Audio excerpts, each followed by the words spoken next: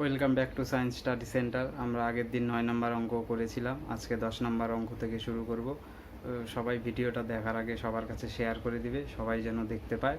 10 নম্বর অঙ্কটা কি বলেছে? আনোয়ারা বিবি তার অর্ধবৃত্তাকার জমির চারিদিকে প্রতি মিটার 18.50 টাকা হিসেবে বেড়া দিতে 2664 টাকা খরচ করেছেন। তিনি যদি তার ওই অর্ধবৃত্তাকার জমি প্রতি বর্গমিটার 32 টাকা হিসেবে চাষ করেন, তাহলে মোট কত টাকা খরচ হবে? অর্থাৎ তার অর্ধবৃত্তাকার জমি রয়েছে। অর্ধবৃত্তাকার জমি মানে হচ্ছে ঠিক এরকম দেখতে জমিটা, অর্ধেকটা বৃত্ত, এটাকে বলবো আমরা অর্ধবৃত্তাকার জমি। তাহলে অর্ধবৃত্তাকার জমির ব্যাসার্ধ কত দেওয়া নেই, ধরে নিলাম আর। এবার এই জমিটার বেড়া দিবে, বেড়া দেওয়া মানে কি, এই অর্ধবৃত্তের পরিসীমাটা বের করতে হবে। তাহলে অর্ধবৃত্তের পরিসীমা কি হয়, এই গোটাটা হচ্ছে পাই আর, আর নিচেরটা হচ্ছে আর প্লাস আর 2r। তাহলে কি হবে, গোটাটা অর্থাৎ অর্ধবৃত্তের পরিসীমা হবে পাই আর প্লাস 2r। এটা 16 চ্যাপ্টারে বলেছিলাম অর্ধবৃত্তের পরিসীমা। তাহলে কি লিখব, ধরি অর্ধবৃত্তাকার জমির ব্যাসার্ধ সমান সমান আর মিটার। সুতরাং অর্ধবৃত্তাকার জমির পরিসীমা সমান সমান পাই আর প্লাস 2r মিটার। তাহলে এখান থেকে পরিসীমাটা বের করব, আর কমন আসছে, পাই প্লাস 2 মিটার। পাইয়ের জায়গায় কি বসিয়ে দিব, 22/7 প্লাস 2 মিটার। এবার কি করব, এটাকে যদি লসাগু করি তাহলে 7 আর 1 এর লসাগু 7, এখানে 22 প্লাস 2 এর নিচে 1 আছে, 1 দিয়ে 7কে ভাগ করলে 7, 7 দুগুণ 14, তাহলে হবে আর ইন্টু 36/7 মিটার। তার মানে কি পেয়ে গেলাম, 36r/7 মিটার। এটা হলো অর্ধবৃত্তাকার জমির পরিসীমা। এবার কি বলেছে, 1 মিটার বেড়া দিতে 18.50 টাকা লাগে। তাহলে এই 36r/7 মিটার বেড়া দিতে কত লাগবে? কি বলেছে, 1 মিটার বেড়া দিতে 18.50 টাকা লাগে। আমরা কি বের করব, 36r/7 মিটার বেড়া দিতে কত লাগবে? বেশি লাগবে, বেশি লাগলে এই দুটো গুণ করতে হবে। তাহলে 18.50 গুণ 36r/7 টাকা লাগে। তাহলে আমাদের মোট বেড়া দিতে কত টাকা খরচ হবে, 18.50 গুণ 36r/7 টাকা। এবার এই টাকাটা আবার দেখো বইয়ে দেওয়া, বইয়ে বলে দিয়েছে 2664 টাকা লাগে। তাহলে প্রশ্নানুসারে এই দুইটা কি হবে, সমান হবে।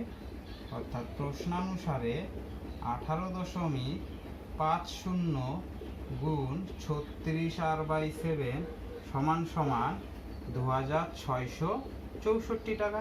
এখান থেকে আর এর মান বের করব। আর এর মান বের করার জন্য সংখ্যাগুলো ওইদিকে চলে যাবে। তাহলে কি হবে, 2664, 18.5টা নিচে চলে আসবে, আর 36/7টা ওইদিকে গেলে উল্টে যায়, 7/36 হয়ে গেল। এবার যদি আমরা এই দশমিকটা তুলে দিই তাহলে কি হবে, এখানে 100 হয়ে যাবে।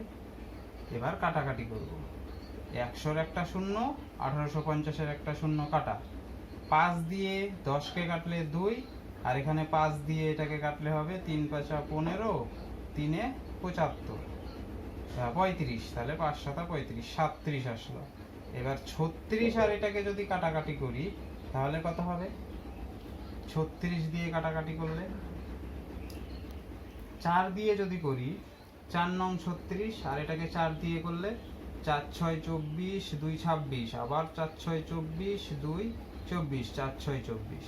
এবার 9 দিয়ে এটাকে করব, 9 দিয়ে একবারে কাটলে হবে 7 নং 63, 3-এ 36, 4 নং 36, 74, আর 37 দিয়ে 74কে কাটলে 2, তাহলে 7, 2, 2, তাহলে আর এর মান কত পেলাম, 7 দুগুণ 14, 14 দুগুণ 28, অর্থাৎ বৃত্তাকার মাঠটির ব্যাসার্ধ কত হলো, 28 মিটার।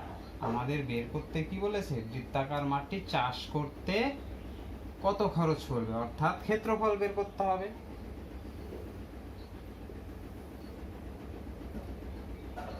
সুতরাং বৃত্তাকার মাঠটির ব্যাসার্ধ আর সমান সমান 28 মিটার। মাঠটির সুতরাং বৃত্তাকার মাঠটির ক্ষেত্রফল হবে πr²/2 বর্গ মিটার। কেন 2 দিয়ে ভাগ করলাম? এটা যে অর্ধবৃত্ত, অর্ধেকটা বৃত্ত, তাই অর্ধেকটা বৃত্তের ক্ষেত্রফল কি হবে? πr²/2। পাই এর জায়গায় বসবে 22/7, আর এর জায়গায় বসবে 28 × 28, আর নিচে 2 ছিল। এবার যদি এটাকে কাটাকাটি করি তাহলে কত পাবো? 7 দিয়ে কাটলে হবে 4, 2 দিয়ে যদি 4কে কাটি 2, তাহলে 22 দুগুণ 44 আর 28 গুণ করতে হবে। তাহলে কত হবে? 4 8 32 এর 2 হাতে রইল 3, 4 8 32 আর 3 35, আর 44 দুগুণ 88, 2 1232, অর্থাৎ 1232 বর্গ মিটার। এবার বলেছে 1 বর্গ মিটার জমি চাষ করতে 32 টাকা লাগে। 1 বর্গ মিটার জমি চাষ করতে 32 টাকা লাগে। সুতরাং 1232 বর্গ মিটার জমি চাষ করতে 1232 গুণ 32 টাকা লাগবে। তাহলে এটা গুণ করলে কত হবে? 1232 এর সঙ্গে 32 গুণ। সুতরাং 1 বর্গ মিটার জমি চাষ করতে 32 টাকা লাগে। তাহলে 1232 বর্গ মিটার জমি চাষ করতে 1232 × 32 সমান সমান 39,424 টাকা লাগে। সুতরাং জমিটি চাষ করতে কত খরচ হবে? 39,424 টাকা। সুতরাং জমিটি চাষ করতে মোট 39,424 টাকা লাগে। 11 নম্বর অঙ্কটা কি বলেছে? আজ আমার বন্ধু রজত একই বেগে দৌড়ে স্কুলের বৃত্তাকার মাঠটি যে সময়ে একবার প্রদক্ষিণ করলো, একই বেগে মাঠের ব্যাস বরাবর দৌড়তে 30 সেকেন্ড কম সময় নিল। তার গতিবেগ যদি 9 মিটার/সেকেন্ড হয়, স্কুলের মাঠের ক্ষেত্রফল হিসাব করে লিখি। তাহলে কি বলেছে? বৃত্তাকার একটি মাঠ রয়েছে, এই যে ধরো বৃত্তাকার মাঠ। বৃত্তাকার মাঠের রজত পরিধি বরাবর দৌড়তে যে সময় নেয়, সে যদি ব্যাস বরাবর যায় তাহলে কত সেকেন্ড সময় কম লাগে? 30 সেকেন্ড সময় কম লাগে। তাহলে পরিধিটা বের করতে হবে আমাদের। পরিধি বরাবর যেতে তার কত সময় লাগে সেটা বের করতে হবে, আর ব্যাস বরাবর যেতে কত সময় লাগে সেটা বের করতে হবে।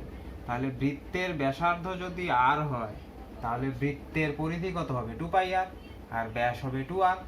এবার আমরা তার গতিবেগ আবার দেওয়া আছে 9 মিটার/সেকেন্ড, অর্থাৎ 1 সেকেন্ডে সে 9 মিটার যায়। সেই হিসেবে এই পরিধি যেতে কত সময় লাগে, আবার ব্যাস যেতে কত সময় লাগে সেটা বের করতে হবে।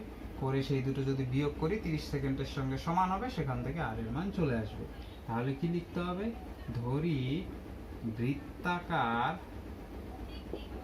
মাঠের ব্যাসার্ধ সমান সমান r মিটার। সুতরাং বৃত্তাকার মাঠের ব্যাস সমান সমান 2r মিটার।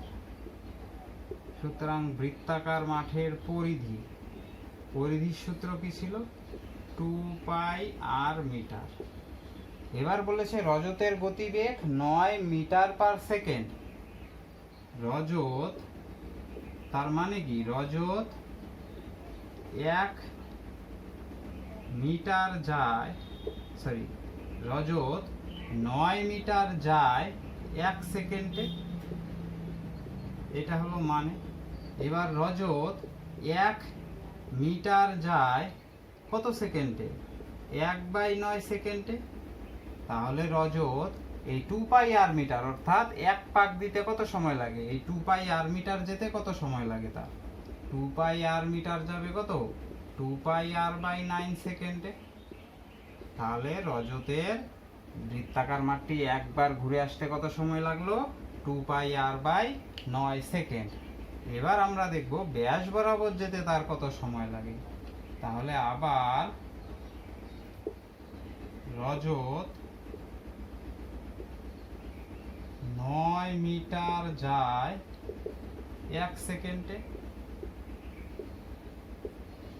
রজত 1 মিটার যায় 1/9 সেকেন্ডে, তাহলে রজত ব্যাস মানে 2r মিটার যায়, 2r মিটার যাবে কত সেকেন্ডে? 2r/9 সেকেন্ডে। তাহলে রজত পরিধি যেতে সময় লাগলো 2πr/9 সেকেন্ড, আর ব্যাস বরাবর যেতে সময় লাগলো 2r/9 সেকেন্ড। এই দুটো যদি বিয়োগ করি তাহলে 30 সেকেন্ডের সঙ্গে সমান হবে। তাহলে কি লিখবো? প্রশ্নানুসারে 2πr/9 মাইনাস 2π/9 সমান সমান 30 সেকেন্ড। এখান থেকে আমরা আর এর মানটাকে বের করে নিয়ে আসবো। তাহলে আর এর মান কত হবে? লসাগু হবে 9। তাহলে 2πr মাইনাস 2r সমান সমান 30। এবার এখান থেকে 9টা 30-এর সঙ্গে গুণ হবে, তাহলে 2πr মাইনাস 2r সমান সমান 30 গুণ 9। এবার এখান থেকে কি কমন যাচ্ছে? 2r, তাহলে হয়ে যাবে পাই মাইনাস 1, 3 নং 27, 270। এখন যদি আমরা পাই এর মানটা বসিয়ে দিই, 22/7 মাইনাস 1 সমান সমান 270। এবার কি দাঁড়াবে? এটাকে লসাগু করলে কত হবে? 22 বিয়োগ 7/7 সমান সমান 270। এবার যদি বিয়োগ করি তাহলে কি হবে? 22-এর থেকে 7 গেলে 15/7 সমান সমান 270। এবার আর এর মান বের করব, তাহলে 2 আর 15/7টা ডান দিকে চলে যাবে। তাহলে কি দাঁড়াবে? বা আর সমান সমান 270/2 গুণ 15/7টা ডান দিকে আসলে উল্টে গিয়ে 7/15 হয়ে যাবে। এবার কাটাকাটি করো, 2 দিয়ে যদি 270-কে কাটি তাহলে কত হবে? 1, 3 দুগুণ 6, 5 দুগুণ 10, 135। আর 15 দিয়ে যদি 135-কে কাটি তাহলে কত হবে? একবারে 9 পাবো। তাহলে আর এর মান পাবো 7 নং 63। সুতরাং বৃত্তটির ব্যাসার্ধ কত ছিল? বৃত্তাকার মাঠটির ব্যাসার্ধ 63 মিটার। বের করতে বলেছে মাঠটির ক্ষেত্রফল কত। সুতরাং মাঠটির ক্ষেত্রফল সমান সমান, ক্ষেত্রফলের সূত্র হচ্ছে পাই আর স্কয়ার। পাই এর জায়গায় 22/7, আর এর মান যেহেতু 63, তাহলে 2টা 63 হবে। 7 দিয়ে একটা 63-কে কাটলে 9, 22, 9 আর 63 গুণ করতে হবে। তাহলে কত হবে? 22-এর সঙ্গে 9 গুণ করো, 9 দুগুণ 18, 8 হাতের 1, 9 দুগুণ 18 আর 19। তার সঙ্গে আবার 63 গুণ করতে হবে, 3 8 24-এর 4 হাতের 2, 3 নং 27, 29-এর 9 হাতে 2, 3 অক্ষে 3, 5 আর 6 দিয়ে করলে 6 8 48-এর 8 হাতের 4, 6 নং 54, 4 58-এর 8 হাতের 5, 6 অক্ষে 6 5 11। তাহলে 4 17 7 14 4 2 1 12,474 বর্গ মিটার। সুতরাং মাঠটির ক্ষেত্রফল হয়ে গেল 12,474 বর্গ মিটার। এটাই হলো আমাদের উত্তর। 12 নম্বর অঙ্কটা কি বলেছে? বকুলতলার বৃত্তাকার মাঠের বাইরের চারিদিকে একটি সমপরিসরের রাস্তা আছে। রাস্তাটির বাইরের সীমারেখার দৈর্ঘ্য ভিতরের সীমারেখার দৈর্ঘ্য অপেক্ষা 132 মিটার বেশি। পথটির ক্ষেত্রফল 14,190 বর্গ মিটার হলে বৃত্তাকার মাঠটির ক্ষেত্রফল হিসেব করে লিখি। অর্থাৎ বকুলতলা বৃত্তাকার মাঠ, একটা বৃত্তাকার মাঠ রয়েছে। তাহলে বৃত্তাকার মাঠ এঁকে দিই, এই হয়ে গেল বৃত্তাকার মাঠ। বৃত্তাকার মাঠের ব্যাসার্ধ জানা নেই। এবার বলেছে বৃত্তাকার মাঠটির চারিদিকে আরেকটি কি রয়েছে? সমপরিসরে আরেকটি রাস্তা রয়েছে। ঠিক এরকম সমপরিসরে এটা হলো রাস্তা। এই কালো অংশটা হলো বৃত্তাকার মাঠের রাস্তা। এবার বলেছে বৃত্তাকার মাঠের রাস্তাটির বাইরের সীমারেখার দৈর্ঘ্য, রাস্তাটির বাইরের যে সীমারেখার দৈর্ঘ্য সেটা ভিতরের সীমারেখার দৈর্ঘ্য অপেক্ষা 132 বেশি। তার মানে বাইরের গোলটা বড়, ভিতরের গোলটা ছোট। তো তাহলে বাইরেরটা হলো ভিতরেরটার থেকে 132 মিটার বেশি। তাহলে আমাদের বাইরের পরিধিটা বের করতে হবে আর ভিতরের পরিধিটা বের করতে হবে। পরিধি বের করার সূত্র কি? 2πr, অর্থাৎ ব্যাসার্ধ জানতে হবে। ব্যাসার্ধ দেওয়া নেই, তাই আমরা ধরবো ভিতরের বৃত্তটির ব্যাসার্ধ ছোট হাতের আর, আর বাইরের বৃত্তটির ব্যাসার্ধ হলো বড় হাতের আর। তাহলে ধরি ভিতরের বৃত্তটির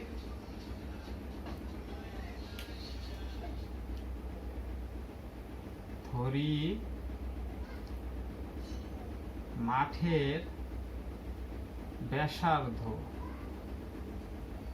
সমান সমান আর মিটার এবং রাস্তা সহ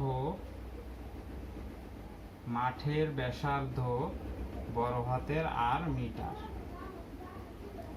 সুতরাং মাঠের পরিধি সমান সমান 2 পাই ছোট হাতের আর মিটার, আর রাস্তা সহ মাঠের পরিধি কত হবে?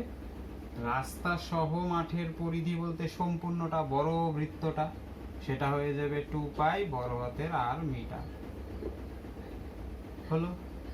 এবার তাহলে মাঠের ক্ষেত্রফল কত হবে? মাঠের ক্ষেত্রফল হচ্ছে মাঠের ব্যাসার্ধ হচ্ছে ছোট হাতের আর, তাহলে ক্ষেত্রফল হয়ে যাবে পাই ছোট হাতের আর স্কয়ার বর্গ মিটার। আর কি হবে? রাস্তা সহ মাঠের ক্ষেত্রফল পাই বড় হাতের আর স্কয়ার বর্গ মিটার, কারণ রাস্তা সহ মাঠটা হচ্ছে সম্পূর্ণটা, সেটার ক্ষেত্রফল হচ্ছে বড় হাতের আর। এবার দেখো প্রশ্নানুসারে কি হবে, কি বলেছে? বাইরের পরিধিটা ভিতরের পরিধির থেকে 132 মিটার বেশি, অর্থাৎ বাইরেরটা পরিধির থেকে যদি ভিতরের পরিধিটা বিয়োগ করি 132-এর সঙ্গে সমান হবে এটা। তাহলে এখান থেকে এখন আমরা কি বের করব?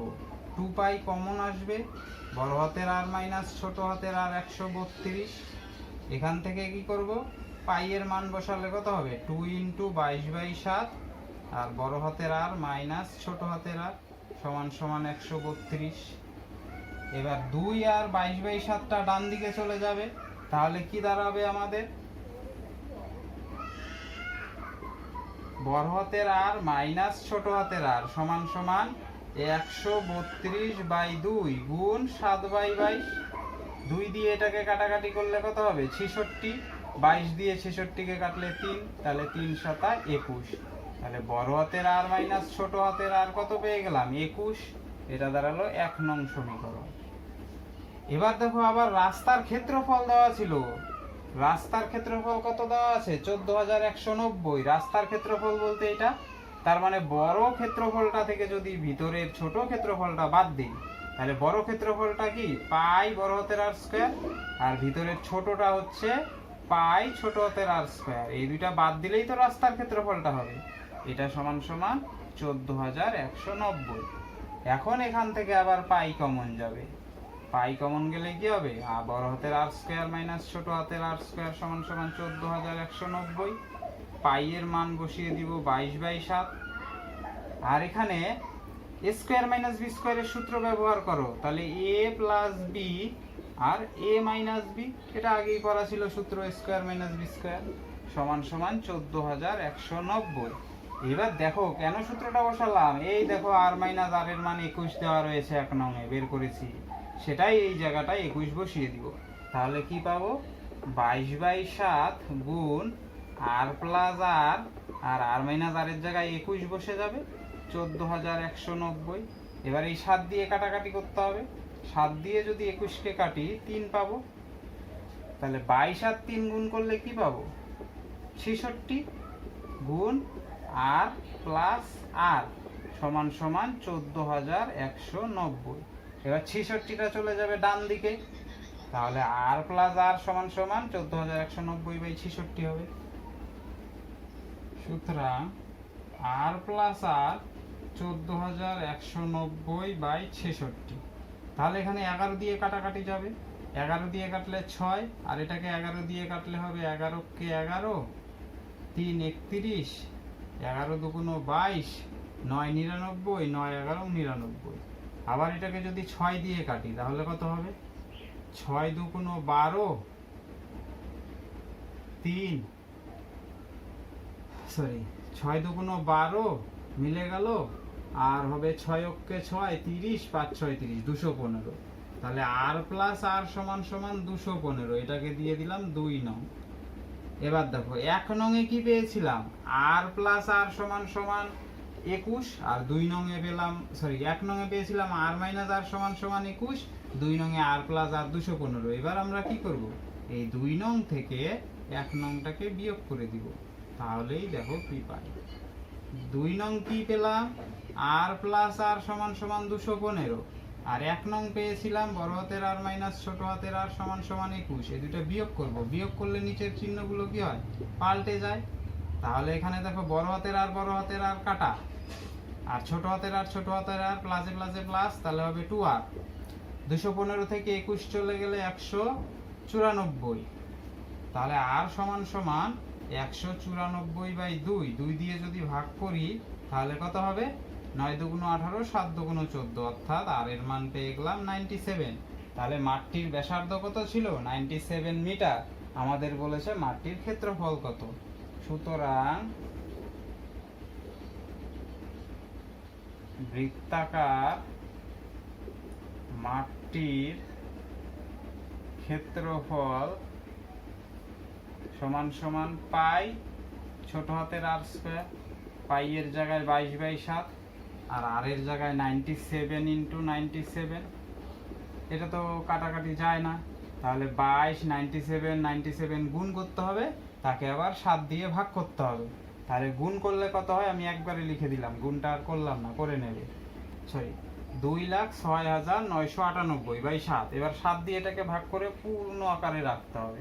তাহলে পূর্ণ আকারে রাখলে কি হবে, 7 দুগুণ 14, হাতে থাকবে 6, কেটে আসবে 6, 66, 7 নং 63, বিয়োগ করলে 3, আবার আসবে 9, 5 7 35, হাতে থাকবে 4, তাহলে 9 কেটে আসবে 7 7 49, আবার 8 কেটে নামাতে হবে, তাহলে 7 অক্ষে 7, বিয়োগ করলে 1 থাকবে, তাহলে 1/7।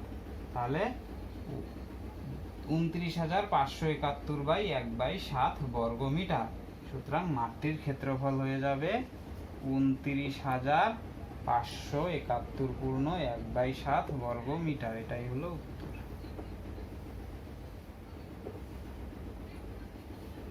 আজকে এই পর্যন্তই, দেখা হচ্ছে অন্য কোনো দিন অন্য কোনো ভিডিওতে। ততদিন সবাই ভালো থাকবে এবং সবার কাছে ভিডিওটা শেয়ার করে দেবে। যারা আমার চ্যানেলে নতুন তারা চ্যানেলটিকে সাবস্ক্রাইব করে রাখবে, তাহলে সব অঙ্ক এখান থেকেই করতে পারবে এবং বুঝে বুঝে করবে অঙ্কগুলো।